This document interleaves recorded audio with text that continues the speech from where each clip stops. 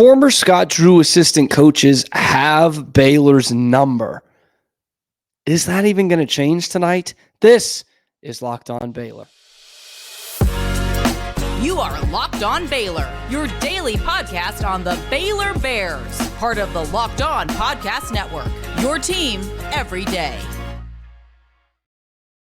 Hello and welcome to another edition of Locked On Baylor, brought to you by FanDuel. Thank you for making it your first listen today and every day. I am your host, Cam Stewart. We are looking ahead to the Butt Bowl on the hardwood, Baylor and Texas Tech. And I do, if you're watching on YouTube, I have to apologize because I'm wearing red on a day that Baylor plays Tech, but it's also, I'm recording this on Bean Pot Monday, so I'm wearing my BU Terrier Scarlet. That's why I only root for teams with the initials BU. And BU faces TT in the Butt Bowl on the hardwood tonight from Foster Pavilion, 8 o'clock, nationally televised on ESPN or ESPN2, one of them. That's why it's on at 8 o'clock. And I had this whole thing ready to go about how tough Texas Tech is as a team, but it just seems repetitive because so many teams in this conference are like that. I'm going to talk more about Tech in the second segment and a bit of good football news too. But first, I had to talk a little bit more. I had to close the book on Saturday's game against Iowa State because so much of the post game and obviously yesterday's episode had to do with the refereeing and the officials, and as well it should have. We needed to spend time on that to talk about how egregious that was and the need for change. But what gets lost in it was a pretty darn good basketball game. It was good the whole time up till the 20-0 run if you're a Baylor fan, because it looked like it was going to be a double-digit Bears victory in a signature situation against a team that is near the top of your conference and one that I think has ambitions towards an Elite Eight, Final Four kind of team. Well coached, good built, good makeup of the roster, and they play with a very gritty and effective style. And Baylor was taking them to the woodshed in the first half of that game. And barring a half-court heave banked in three that actually counted, Baylor would have been up 15 at the half with 40 points against a top 5 defense in the entire country and a plus 13 rebound advantage on a team that really butters their bread on the offensive glass. So all that to say, Baylor was playing really well, probably their best half of the season. And honestly, considering the competition, as good as I've seen this team play in probably 2 years, I'd have to go back and think about that. I thought they played. The only other one that I can think of is the home win against Kansas last year. They really played very well in that game, as well as the Texas home game where everyone just understood their roles well. And it looked like the way it was supposed to look. It looked the way it was supposed to look on Saturday until Jeb Hartness and his crew took the game into their own hands. It looked the way it was supposed to look. And obviously on the very good end, you're not going to blow out teams in the Big 12 night in, night out, but they were on pace to do that because they were shooting the three well on top of all the other things they were doing well. And obviously the refs really aid a 20-0 run. But what's maybe more impressive than the way Baylor played in the first half was how they played down the stretch after letting Iowa State score 20 straight points and all of a sudden being down 7 in winning time. Baylor turned it around, and it really has a lot to do with the backcourt. And even if these Bears guards play at their very best, I don't know if it'll be the best backcourt in the Big 12, but it's right up there. And the steps that we have seen taken from Rayshawn Dennis and Jaden Nunn the last couple of games cannot be overlooked. Like, that has not necessarily given Baylor a different element, but has given them so much more quality. You know, Jaden Nunn has been terrific on the defensive end the whole year, and he has really improved his efficiency on the offensive end, even through the losing streak. He was getting much better at that, much better at his shot selection, especially. And he's the hero of the game on Saturday. he misses 3 free throws and turns the ball over in the final minute of the game. And yet he's the hero because he forces a turnover and gets the game winning basket with 2 seconds left. Like this, I think this is the Jaden Nunn experience. I think this is the chaos he brings you. But I also think that more often than not going forward, it's going to be a beneficial chaos rather than, some of the chaos we saw at the end of regulation against Oklahoma State, the end of regulation against Kansas State. He is going hard to the basket. He's getting to the free throw line. Last minute of Saturday's game aside, his free throw shooting has gotten a lot better. And the other guy is Rayshawn Dennis. I raved about him after the win against UCF last week in the middle of last week. That's Wednesday. But it's true. This team will go as Rayshawn Dennis goes. Last year we said that about Jalen Bridges. The year before it was James Akinjo. And the year before that, they would just go the way of beating everybody. They didn't need to necessarily count on one guy. And I'm not saying they only count on Rayshawn Dennis, but it's one of those guys that you can tell if he's having a good night, Baylor's going to have a good night. If he's not having a good night, they might still win, but it's going to be more of a struggle than it would be normally. And he has been absolutely the floor general that we were promised coming into this season, the last few games. Even the tail end of that losing streak, Rayshawn Dennis played a lot better. He wasn't turning the ball over as much.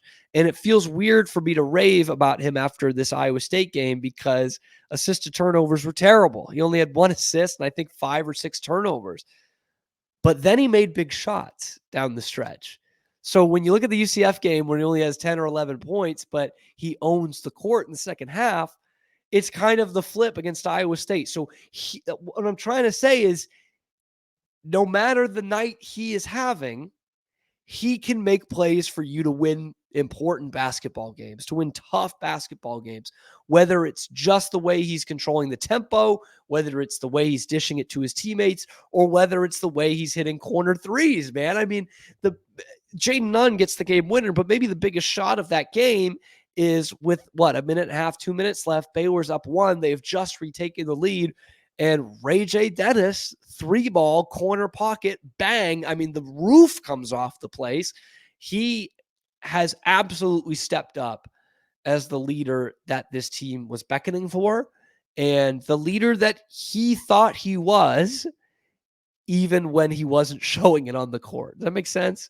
The early part of that losing streak, he was taking too many shots down the stretch, and we're like, Rayshawn probably just isn't that guy. Turns out he is that guy. He just doesn't need to be taking every shot down the stretch. And I think he's realized that, and he has made the ones that he has taken down the stretch. And the other important part about him is he's your only primary ball handler. I think he's leading the Big 12 in minutes per game. It's close to 40. He very rarely comes out. Jaden Nunn and Langston Love can give you ball handling in short spurts, but Rayshawn Dennis is your guy, very similar to what we saw in 2022 with James Akinjo. The way those two guys have stepped up has also been huge for Langston Love, who had a bit of a down game against Iowa State. And if he had had that 2 weeks ago, Baylor would have gotten killed because he was at times their only scoring option. Well, that allows guys to just play into their roles a lot better. So that's the positives that came out of Saturday's game against Iowa State. But us fans, it ain't going to be much of nothing if they don't beat Texas Tech coming up tonight. So we're going to look at the Red Raiders after this message from our great friends over at FanDuel.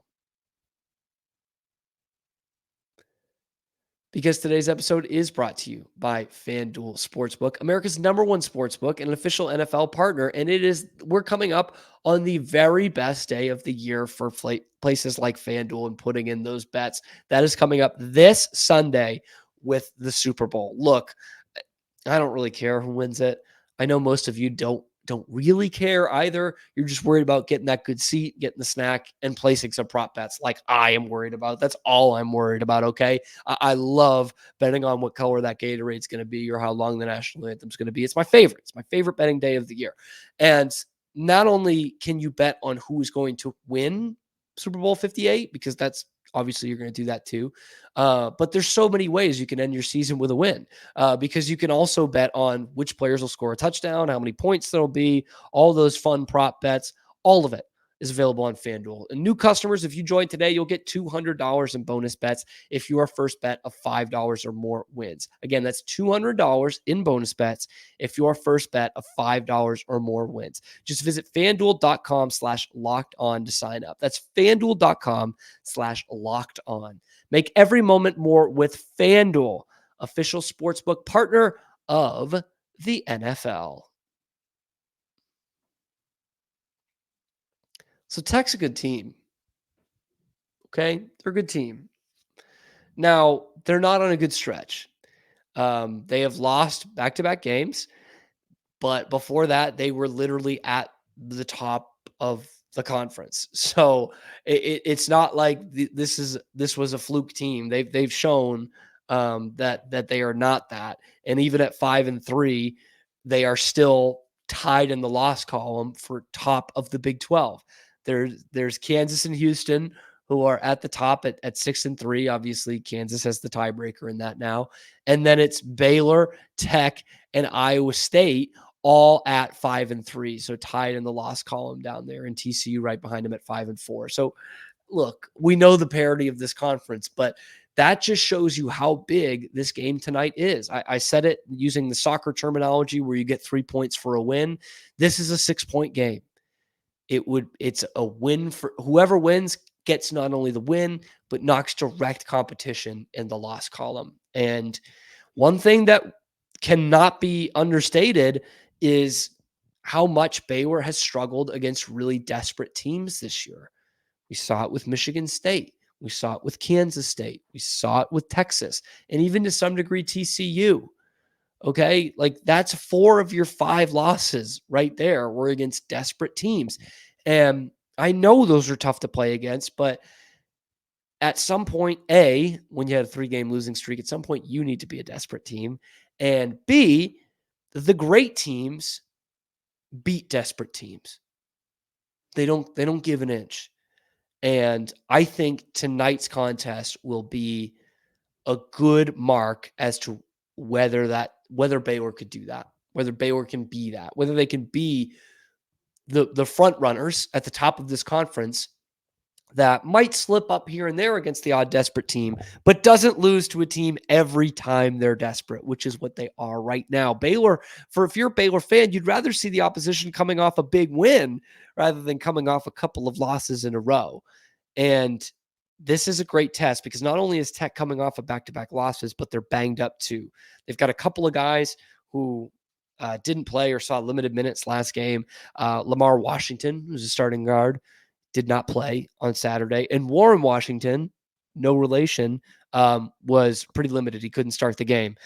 Looks like he's going to play in this one tonight. And that, for me, brings up the most intriguing matchup, which is Warren Washington, the senior who has played at, I think this is his 4th different school, in 7', 230, against a kid who is not only a freshman and only at one school, but is supposed to still be a senior in high school, also at 7 feet, and actually just a few pounds heavier than Warren Washington and Yves Missi.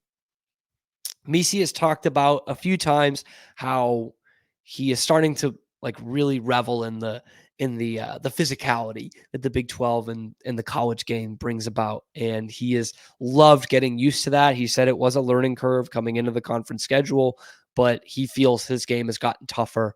And Scott Drew has said that one of the things he challenged Yves Missi and his big guys with was playing tougher than they were in the non-conference schedule. And he's absolutely shown that on both ends of the court. And this is a good test for him. Warren Washington is not going to be Rudy Gobert or anything, but he is a very solid Big 12 starter who is more mature than Yves Missi is, although I have been pleasantly surprised at how mature Yves Missi's game is. I think this is one of those games where Missi can go out and not dominate this kid, but go pound for pound with him and have a pretty good game like he's been having recently, that doesn't necessarily put a lot of fans on notice across the nation, but it does to players and coaches and the educated fans who watch him night in, night out. Washington, I mean, he's no slouch, man. He averages 10 points, 8 rebounds, and a block and a half a game, which sounds a lot like Yves Missy's numbers. So if Yves can do it against a similar player who can bang with anybody in the Big 12, that's awesome for me. And the other one, of course, is Tech's best player, and that's Pop Isaacs. And the matchup isn't going to be like for like, but I'm saying Pop Isaacs against the Baylor backcourt. Okay. We know Jaden Nunn can be a damn good defender. And we know he takes a lot of pride in that. So if he's trying to be like off night Davion Mitchell, these are the nights that you prove it. Because no disrespect to Pop Isaacs, he's a hell of a player.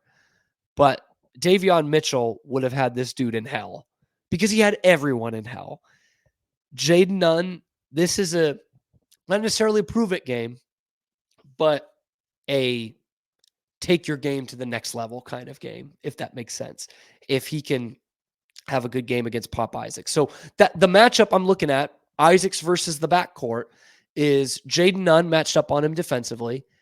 And I want to see if Ray J can produce the way Pop Isaacs does offensively, because he's had a terrific run. I think over 9 games, he's averaging over 20 points a game. He's been in double figures 12 straight and 21 points a game in that 12 game span. And he's led the team in scoring 10 times. So like when he's on, he can fill it up big time. Like the way we saw Jameer Nelson Jr. do it against Baylor a few weeks ago in that TCU triple overtime game. That's what Pop Isaacs can do night in, night out. So that's what really intrigues me, because we know the way college basketball is going these days, not just in the Big 12, but in the Big Dance. It's very guard driven. That's what has brought Baylor to so much success over the last 5 years, is the guard play. And I truly think this backcourt that you have right now, and I'm lumping in Langston Love with the 2 starters, I think those guys can be one of the best backcourts in the whole conference, which is a pretty good conference for that kind of thing. And if they are able to produce the way Pop Isaacs does and can shut him down on the defensive end, that will really prove it. That will really prove it. So I'm looking at Yves Missy versus Warren Washington in the middle. And I'm looking at Pop Isaacs versus the Baylor backcourt in general. It seems simple, but yeah, the little guys and the big guys. If Baylor wins those battles, they're probably going to win the game. But absolutely no gimme against Tech. They're not the top offense in the conference, but they're pretty darn close in every category. They're like Baylor averages 84 points a game, which is a little inflated with the non-conference schedule and having a triple overtime game where they scored 100 a few games ago. But Tech has steadily been between like 77 and 81 points. They're at 78 right now, 77.9. And they hover around that. That's been a legit like almost 80 points a night in the Big 12. That's scary. And they ain't even Grant McCasland's guys. And we have not seen Scott Drew do particularly well against his former assistants. He is 0-3 against Jerome Tang here in the conference. Grant McCasland is one hell of a coach. And if you're a Tech fan, having him at the helmet basketball and Joey McGuire at the helmet football, this is going to be a nice little decade for you guys, I would say. So that's something else to worry about. Can Scott Drew overcome and beat one of his old assistants? I hope so. I sure hope so. But no gimme tonight. I like the way Baylor's been playing. And I think, again, we could have saw the best performance of the year on Saturday. I think they carry it over into tonight. I hope the 3-point shooting still goes down, but I've got Baylor in a tight one in this one. So let me know what you think. Score predictions down in the comments below. It's still kind of a toss-up for a lot of people, but I've got Baylor in a close one in the Butt Bowl over Tech. Today's episode is brought to you by Jace Medical. Look, we're talking sports. I know we're always talking sports, and we kind of do that as an escape. But time has come to talk about real life, okay? Because according to the FDA, pharmacies are running out of antibiotics like amoxicillin right in the middle of the worst flu season in over a decade. I can't imagine a more helpless feeling than one of my loved ones getting sick while a supply chain issue kept them from life-saving medication that they need. Thankfully, we're going to be okay because of Jace Medical. The Jace case is a pack of 5 different antibiotics that treat a long list of bacterial illnesses, including UTIs, respiratory infections, sinusitis, skin infections, among others. This stuff could happen to any one of us. So visit jacemedical.com, complete that physician encounter. It's going to be reviewed by a board certified physician, and then the medications are going to be dispensed by a licensed pharmacy at a fraction of the regular cost. But that's not all. Because if you go to jacemedical.com and use the offer code locked on, you will get $20 off your first order. Again, that's Jace, Jase, medical.com, and use the offer code locked on to get $20 off that first order. Football, man. Baylor has been hot on the trail this class of 2025. They've got the number 1 recruiting class for 2025 in the Big 12. Take that, however much salt you want. Okay, I get it. At least a grain of salt. It's a year and a half away before over a year before they even step foot on campus. And for even the early enrollees, and we don't know, fair or otherwise, who the coach is going to be at that time. But that said, for as much as this regime has struggled to recruit, especially locally, you have to give them some flowers when they're getting big time commitments from 2025. They're getting 4-star flips from 2025. They're getting a lot of those prospects in the building, like some of the top prospects in the nation in that class in the building, which is not something they had last year or the year before. So that is something. That is positive momentum. There are people out there who will look at it negatively because it is 2 years away. Not me. I have to take the positives where they come. And one of the very best 2025 prospects that I've seen, and look, that's not all of them, but one of the best that I've seen, Taz Williams Jr. out of Red Oak, just visited Baylor and loved it. Did the pictures and everything, and he's echoed the same thing that all these recruits are talking about, whether they've been good, bad, 5-star, 3-star, 0-star. They have said, it feels different here at Baylor. It feels like family. The coaches really value me, and that's something I love. Bang. If that's going to be your recruiting method, which it has been under the Aranda regime, as long as it works, I am here for it. And if it can bring in a kid like Taz Williams, man, can't argue with it. Absolutely can't argue with it, because Taz Williams, while on 3 actually has Baylor with a percentage chance on there, 24/7 doesn't even have them in the running because he is looking at places like Texas, A&M, Alabama's been recruiting him, Ohio State's been recruiting him. TCU is also one, if you want to put that in there too, that have been looking at the Red Oak prospect. And this kid is one of the few that I've seen live. He is, let me just put it this way. I saw him play last year against Lake Belton, Micah Hudson, the 5-star biggest recruit in Texas Tech history. Taz Williams went pound for pound with Micah Hudson in that game, and Red Oak actually won that game in overtime. They're very similar style of player. You know, they're not the biggest guys. They're not the Randy Moss types. He's 6 feet tall and 180 pounds. But what they are is they're not, freak athletes. They're damn good football players, and they're pretty darn good athletes too. Like, you don't see this brilliant speed going down the field, but you see it when the ball's in the air. A lot like the comp that I use for the NFL is Brandon Cooks.